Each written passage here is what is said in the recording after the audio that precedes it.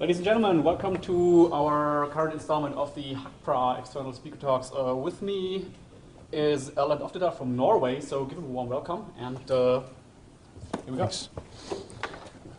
Do I have to turn the microphone on, or is it on? It's on. Okay, good. Okay, thank you for coming. I'm going to talk about a couple of practical attacks on web crypto. Some of these things are new and some of these things are pretty old. When I mean new, it's not like new from yesterday, but from this year or last year or things like that. Some of them are older attacks that have sort of been renewed because they were found in existing software and things like that. So we'll see about that. I did one stupid thing when I was invited to go here, and that was, even though I was supposed to have a HTML5 security expert in the room, meaning Mario, I still created my slides in HTML5. I even considered using SVG in them, but I fell back on that. So, I got interested in security after I left university because we didn't really have much security at the university where I went. And one of the things I've noticed during the last years is that the more interested you get into security, the more things you see. So the other day I was going to Norwegian school to talk, and I saw this bike on the way to the train. And I immediately noticed something. And of course, when I came back in the evening, it looked like this. So the lock is completely intact. It was just winded up around the steering, so nothing.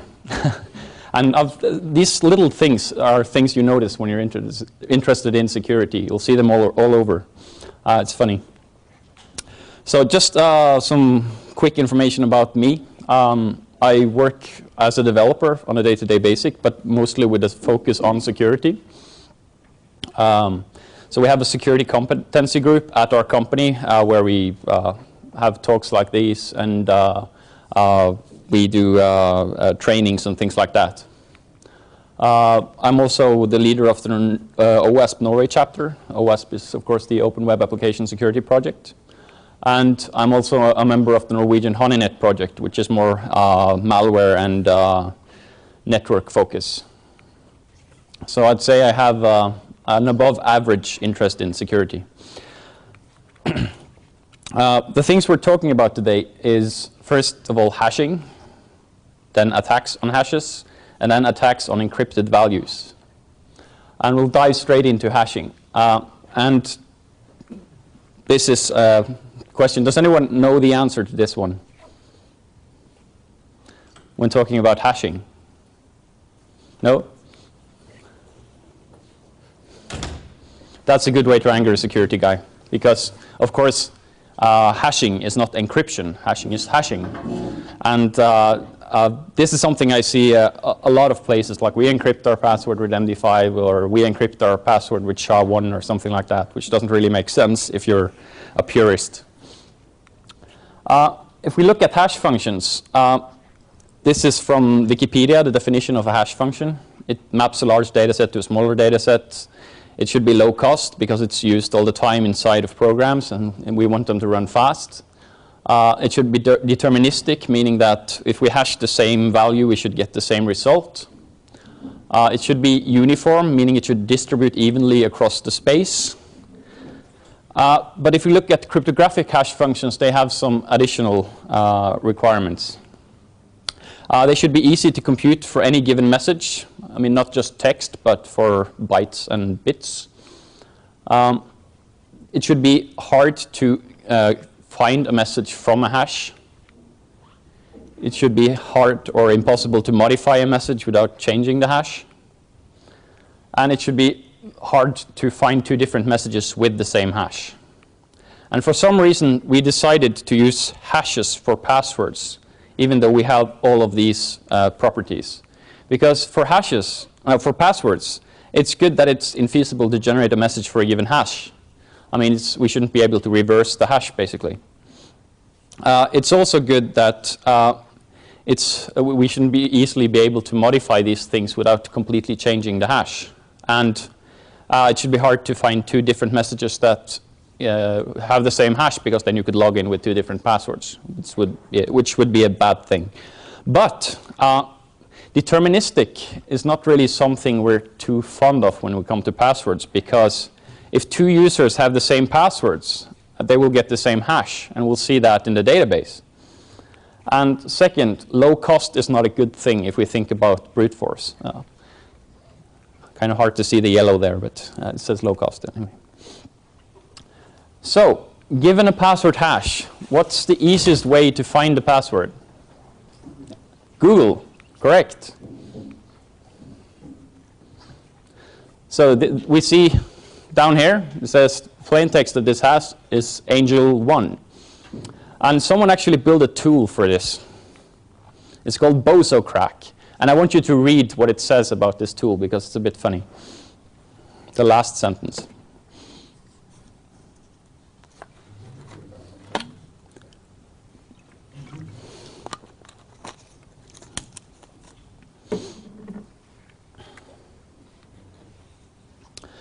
So what people tend to do is they use a cryptographically strong salt, which is unique for each user. Then we avoid the problem with the hash function being deterministic. And many people also run the hash function 1,000 times. That's the sort of a new thing that a lot of libraries do these days. And that's, of course, to add load to brute forcing. So it now takes 1,000 times longer to build a rainbow table or a table of values.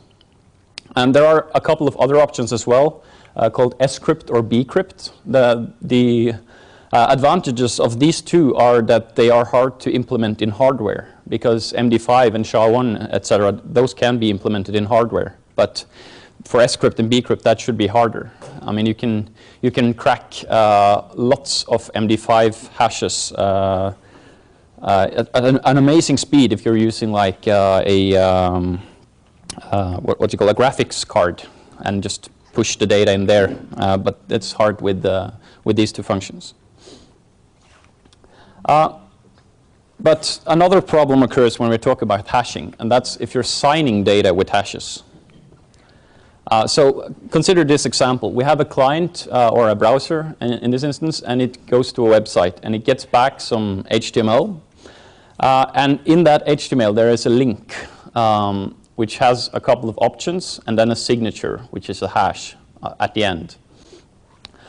This is actually pretty common in many web frameworks like ASP.NET and JSF and things like that.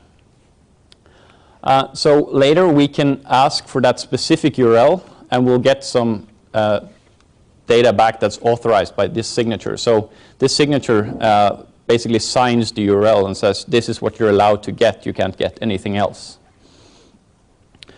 And how do we do this if we want this to be secure? A naive approach would be to do something like this, where we use MD5 or SHA-1, it doesn't really matter. And we have a secret value here, and we put all the data at the end. So this secret is what keeps someone else from generating the same hash. Data to sign here basically means the options that we gave in the previous example. The problem with this is the way these algorithms work, which means MD5, SHA-1, and friends. So the way they work is they start with a constant value, let's call it S. And it chops up the data into blocks. And then the first round, it's using this value S together with the first block of data, and it gets a value out. And the next rounds, it takes the previous value and sticks it in here instead of S, and hashes the next block. And then the last block is padded. It's padded first with a 1 bit, and then zeros all the way to the end, and then the length is added.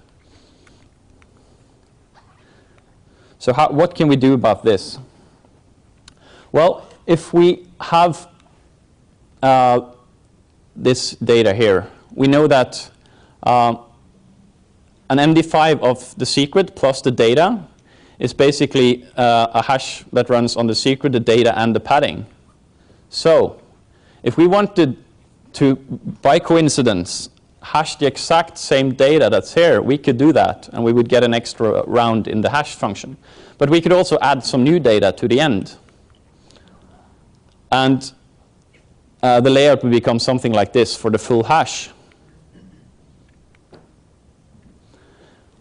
But what we have is basically, we have the output after a given round. We have the full output of the first part. So all we want to do is sort of add something at the end. We don't even have to know the secret to do that, because the hash is working on the previous value all the time. So what we could do is something like this.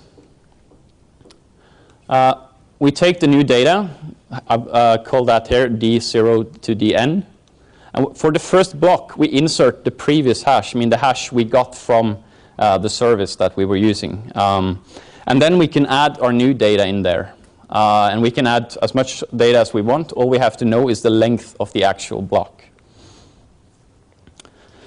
If we don't know the length, it will fail and we'll get a different hash. So it's important to know the length of the full data. This is called a length extension attack. And it has been in use in real-life examples. Two guys discovered a flaw like this in Flickr.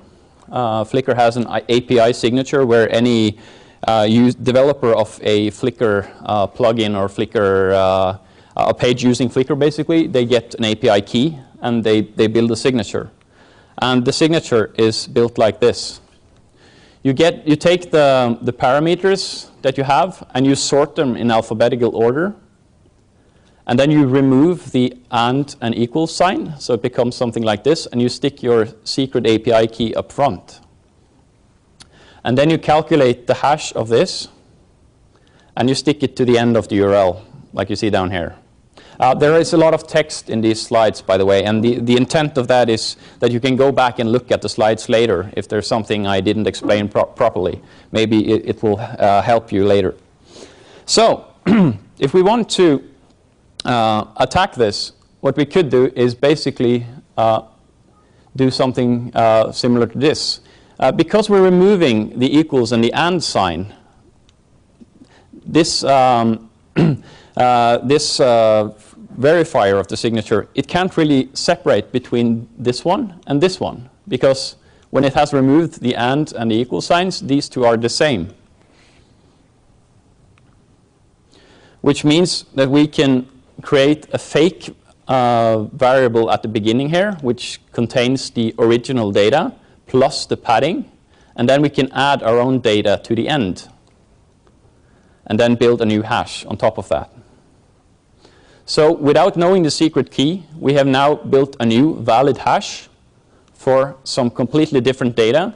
And when this is parsed on the server side, it will ignore this b equals something because it doesn't know about b, but it does know about bar and foo. So it will take out the values from these instead of what's at the beginning here. So we really circumvented the whole security feature here.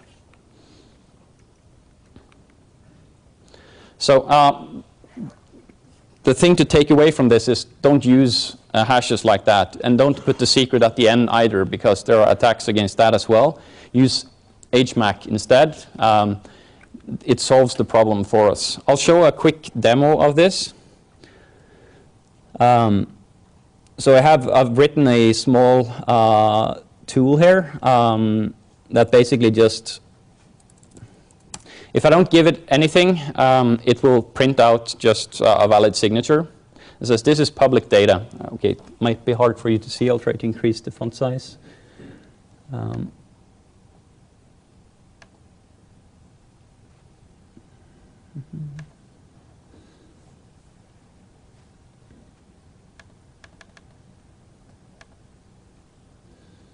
Oh, big window.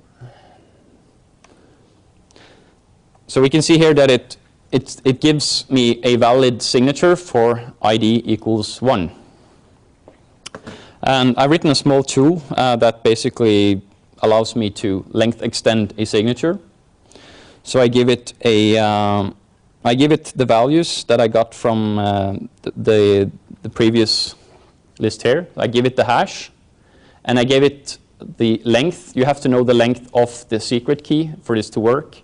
And for a thing like the Flickr API, the API keys are always the same length, so that's actually pretty easy to get hold of.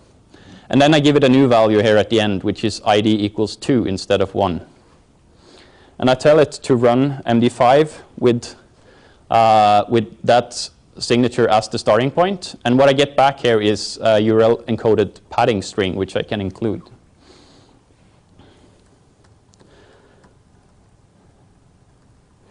Let's just see if I can find the cheat so I don't have to paste and copy. So now I build up a new string where I start with I equals D1. So I've done the same trick as was done with Flickr. Instead of having ID equals 1, I have I equals D1. And then the entire padding comes here. And here you can also see the length. It's around here. And then I have the new parameter at the end and the new hash.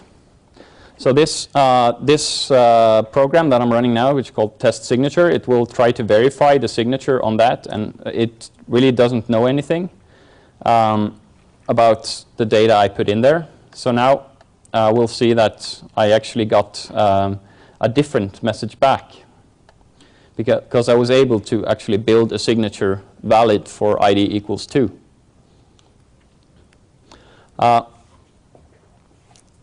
So this is really the key to the whole attack. You have to include the padding in the value and then add something to the end of it. And then you get the new hash. And this works, as I said, with SHA-1, and it works with MD5, and it probably works with some other algorithms as well, because it's based on how the algorithm is working with blocks, not on the actual hash itself. Any questions on that?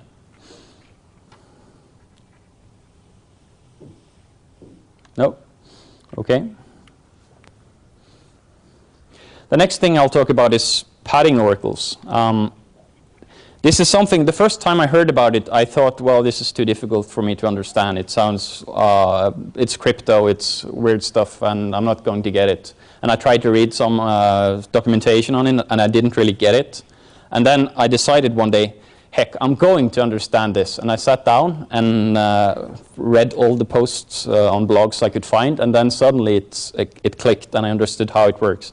And it's really not that difficult once you put your mind to it. And I'm going to try to explain it in an easy way, hopefully with some demos so you can see. By the way, the previous demo of these signatures, I tried to implement that using a PHP website that I had somewhere, but I don't think PHP is handling 0 bytes very well, so it didn't really work. I'm not sure why.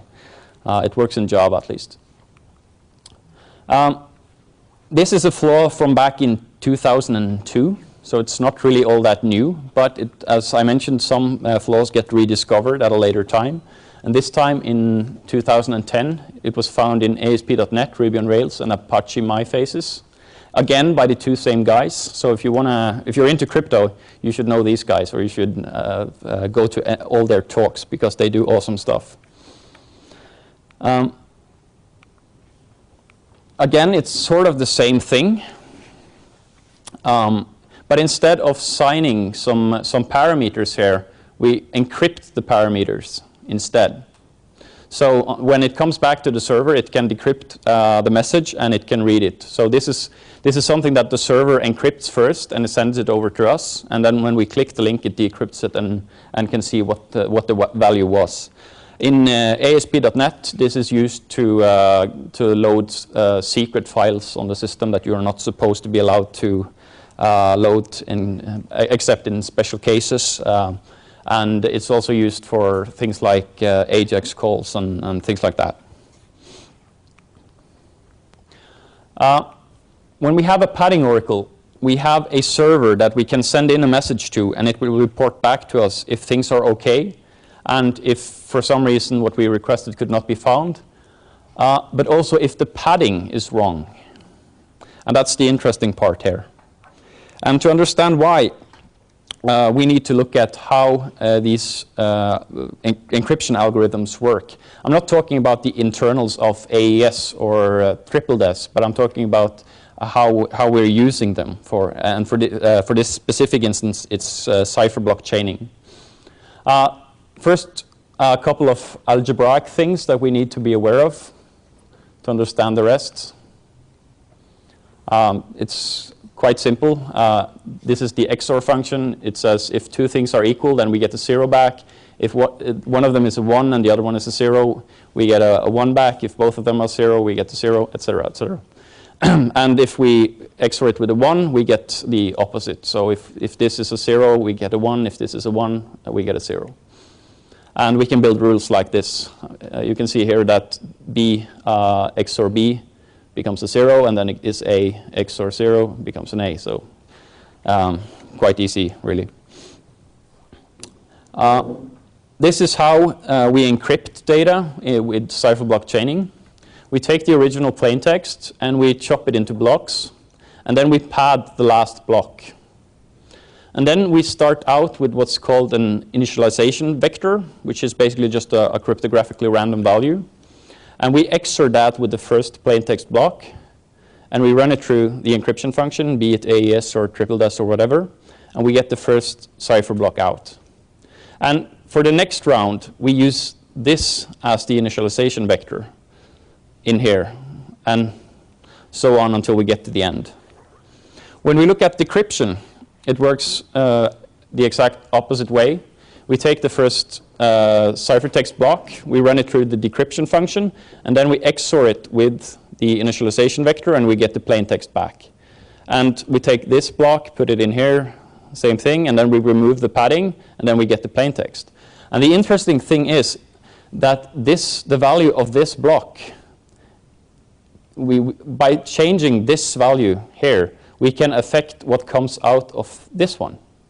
And by changing this one, we can alter what comes out after the decryption function has run what comes out here, because it's just a simple XOR at the end, which we can reverse. And this is sort of a basis for these attacks. First, we need to know how the padding works, and it's really simple.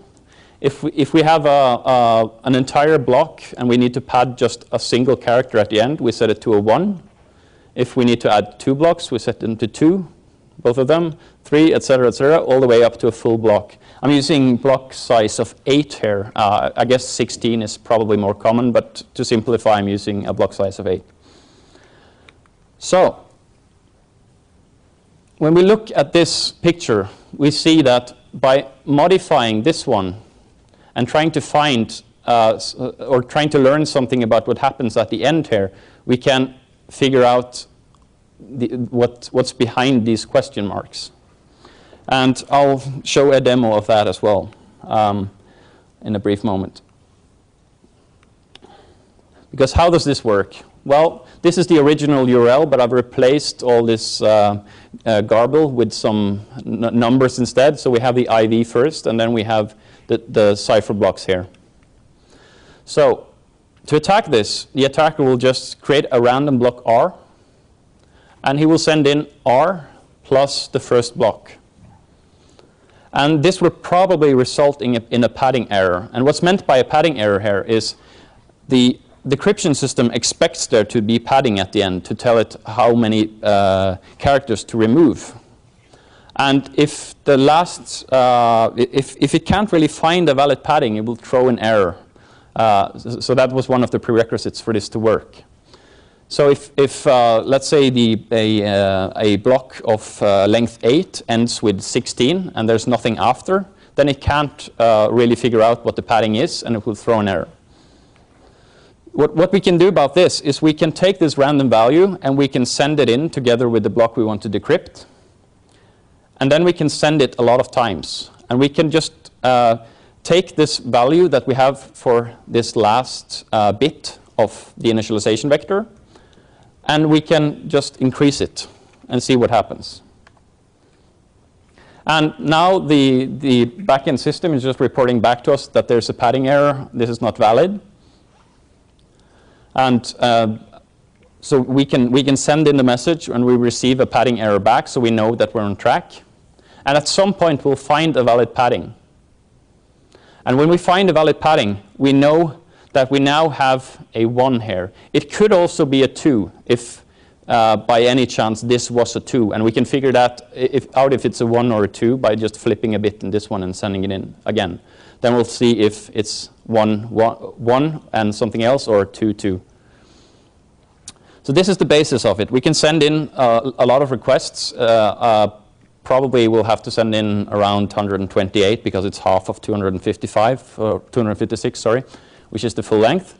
And now we have the first bit. And of course, if we now want to find out what the ciphertext is, we can XOR this one with that one and see what comes out. And in this case, it's 1, but we'll figure out how to get the actual ciphertext afterwards. The next thing we do, we have to find the next byte, and we do that the exact same way. But we take this last bit that we were manipulating just now, no, the last byte, sorry, and we XOR it with 1 and then with 2. So it becomes a 2 after the encryption run. So we flip this bit, or this byte, sorry. So now it says 2 here. And now we try to search for a value here so that this one also becomes a 2.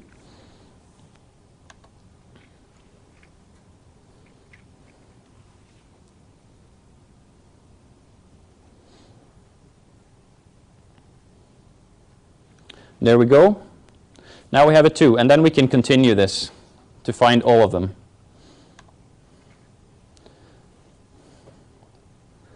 Just increasing the speed a bit so it's not going to take too long.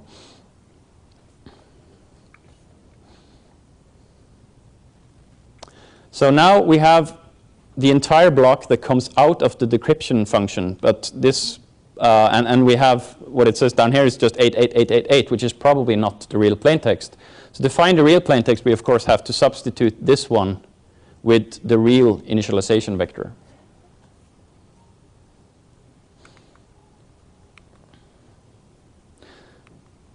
And 8. So if we do that, what we get out is this.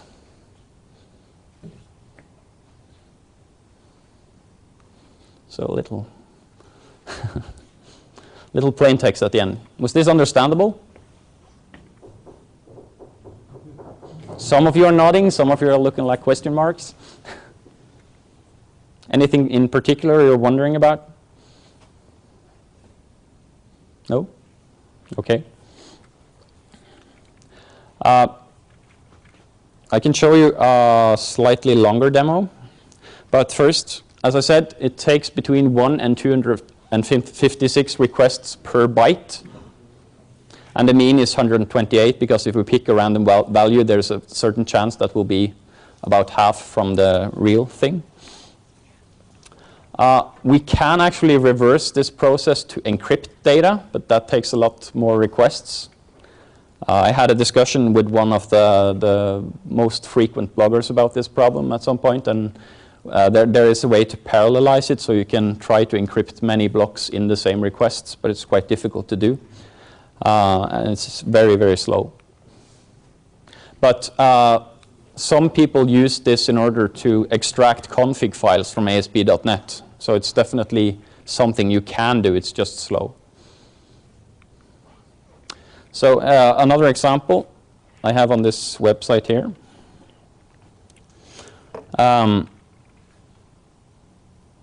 It basically does the same thing. It calculates an initialization vector. You give it a clear text, and then it will try to decrypt it. So I've just had hello world here as an example. So you see the same thing. This is a 16-bit byte size, or block size, I mean. Let me just stop it. I'll do a longer one so you can see how it works if there are many blocks.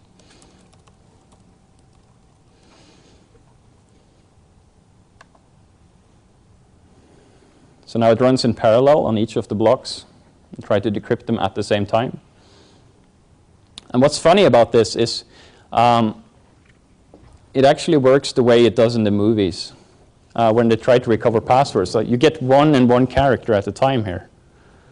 Actually 2 because it's running in parallel, but I always thought those things that happened in movies were kind of lame because, I mean, you try a password and it works or it doesn't, but this is actually proof that those things that happens in movie can in fact be true.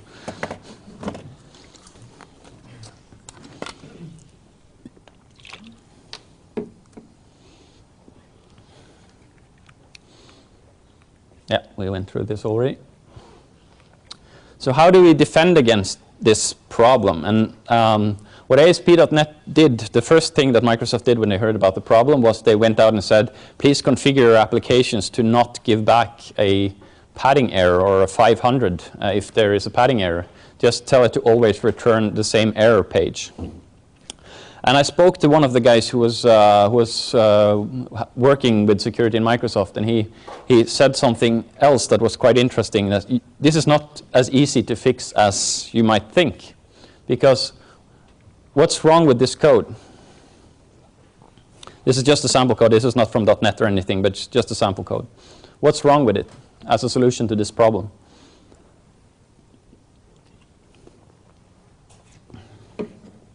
Anyone? Timing. Good.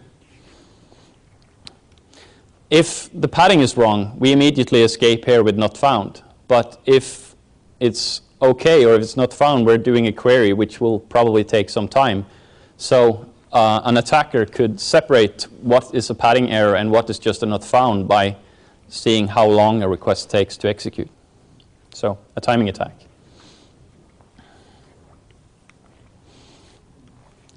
Any questions on padding oracles? Anyone? Yes? How about to use another side channels as character encoding? Did you try to use it? Any? Sorry? Another side channels, to apply another side channels, for example, character encoding. For example, if you put the decrypted value which has invalid characters, maybe you can do it faster. Maybe? We'll come back to that.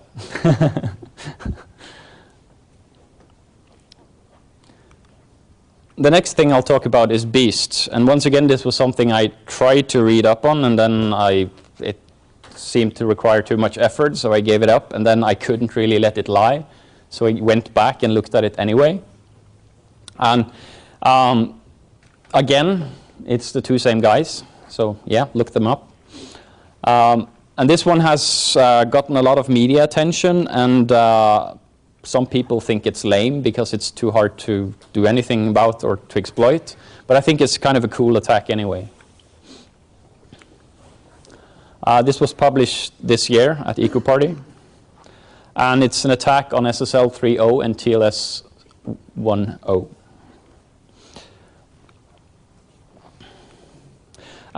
The keys to this attack is really simple. If two equal blocks, meaning blocks that have the exact same value, and they are encrypted using the same key and the same IV, of course the resulting ciphertext is the same. If the IV is different, we can still get the same ciphertext if we want to, by first XORing with the original IV and then the IV for this block. Because then we change it in the exact same way that we would if we had this IV. It becomes like something like this. We see we have IVM twice here, so those zero each other out, like I showed you with this XOR algebra earlier. And what we end up with is this. That's of key importance to how Beast works. So this is the scenario. This is the attacker's server, and this is a trusted site. And I think in the original attack, this was PayPal. And they chose PayPal because they're doing everything right. So just to show that it wasn't a PayPal problem, but it was an SSL TLS problem, they picked a really secure site. And what happens is the attacker tricks the victim into visiting his site. And then on that website, he's doing requests against this trusted site and tries to recover a secret that this user shares with this site, like a session cookie or something like that. And these two guys that discovered this, they used a bug in Java. So there was a Java applet running in the browser, and they were able to send data to this site in a persistent channel, which is also important for this one. It's also important how the communication is laid out. So we need to have some sort of attacker-controlled data up front, and then the secret needs to come later in the in the data flow from this one to this one. So we can control where this data is laid out in the requests or in the stream of encrypted data by manipulating the length of this one. What they used was something called the chosen boundary attack. And it basically works like this. We take a full block and we pad it with our own value up until the last. So there's just one byte left at the end. And we ask the server to get that, or the browser to get that for us. So the first byte of the secrets that the browser has will be prepended to the end here. So this could typically be a GET request. So you have a GET and then some long URL, and at some point later there comes the cookie header, which has some secret value. So by manipulating the length here, we can make sure that the first byte of the secret lands as the last byte of a block.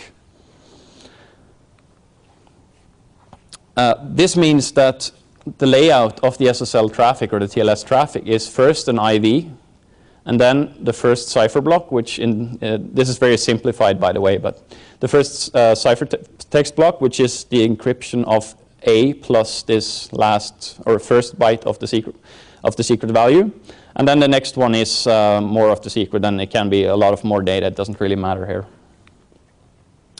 The clue is that by sniffing the traffic, the attacker now knows the IV, because that's the first bit that's sent, or the first string of bits that's sent in the SSL channel, and he also knows the first ciphertext block. And now we can try to find a similar ciphertext block to this one, because he knows all of these bytes, but he doesn't know the last one, so he can make requests. So this sort of works like the padding oracle, but it's slightly different. As I said, we need to have a connection that's kept open, so we can send something in, we can look at how it is encrypted, and then we can inject more data into the same stream. And we know that if we have sent some data already, the data for the next block will be, or the IV for the next block will be the last ciphertext block that was sent across the wire. And of course, we can then do a similar trick by sending in data and flipping the IV. So we send in a value from 0 to 255 for the S, and we send those to the server, and we see which one gives the same result. This is shown here once again. So all the way on the top, we have a block filled with A's, and we don't know the last bit. So and this is just the same in hex. We have the original IV here and the first ciphertext block here. And we don't know the value of this one. Or we know actually the 7 first, but not the last one. So what we'll do now is we'll try to cycle through. We'll put in a random value here for this one, or we can actually just increment from 0 to 256 for this one, and we'll see when we get the same ciphertext.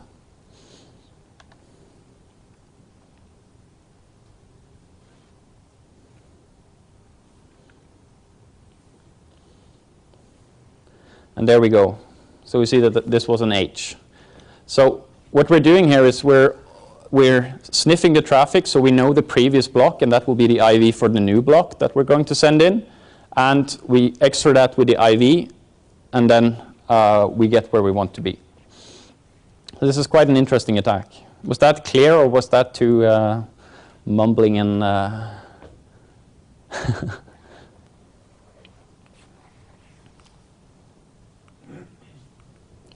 So if we know the first letter, or the first letter of the secret, we can do the exact same trick again. We can just reduce the size of this value that we control by 1 and bring in a new byte from S. And then we can create a new connection, sniff the traffic, and repeat until we have found the entire secret.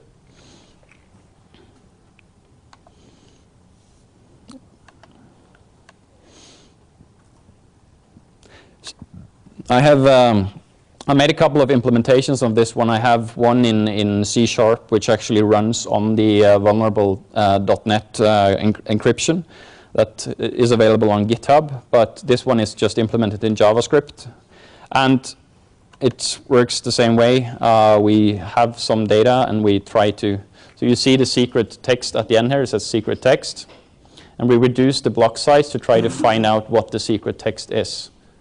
And you can see there, I've also used this as an indicator of the length of the first block. So this is C is hex, as you can see. Sending in requests, we're seeing what's sent across the wire, and we compare that to what was sent in the original request. And what's interesting about this one is if we know something about the text that's being sent, like for a cookie, if we know that that will not contain a null byte or it will not contain any special characters, it will only contain normal values, we can actually test those directly. We don't have to test blindly in the same way as we do for padding oracles. So we'll see now that in this round it took 103.8 requests per character in the decrypted text. If we try to guess using only letters, we'll see that we get an amazing increase in speed.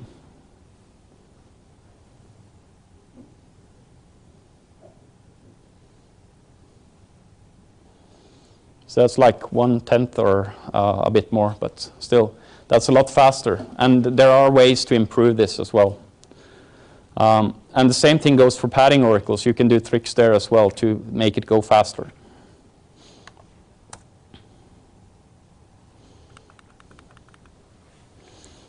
So, defense against beasts is done in TLS 1.1 and its descendants.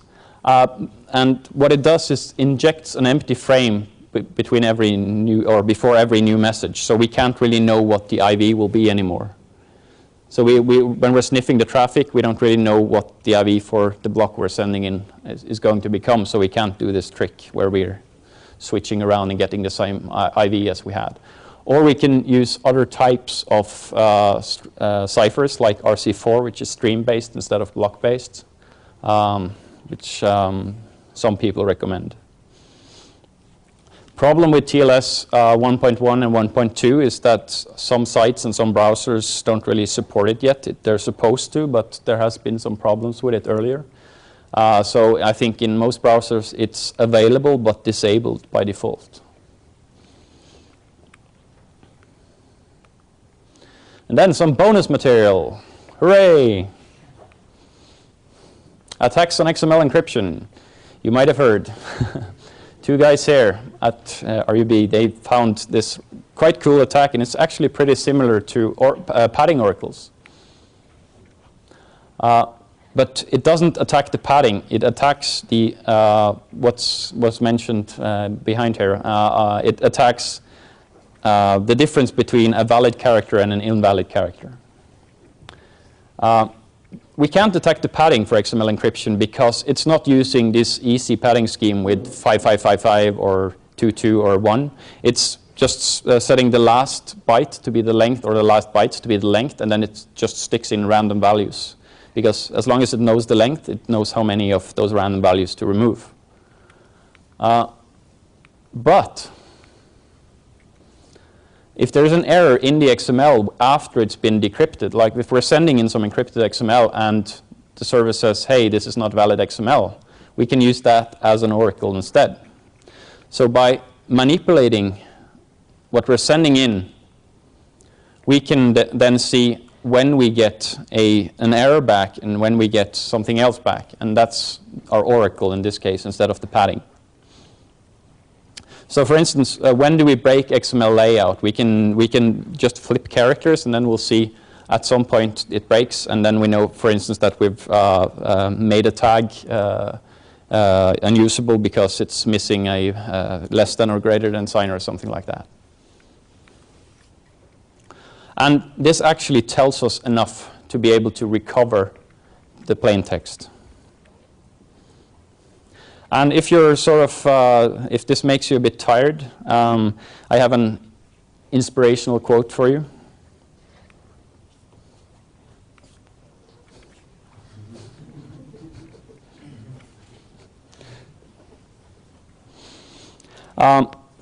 I highly encourage you to look into this field of crypto, because even though you may not want to look into how crypto functions actually work, the use of crypto functions are really important. And I'm guessing there are a lot of frameworks out there, web frameworks, etc., that do this the wrong way, so you get the exact same problems that you had in Ruby on Rails and ASP.NET and this Java framework my faces. So it might be a good idea to try to find similar things and help people secure their stuff. Or if you're implementing it yourself, do it correctly.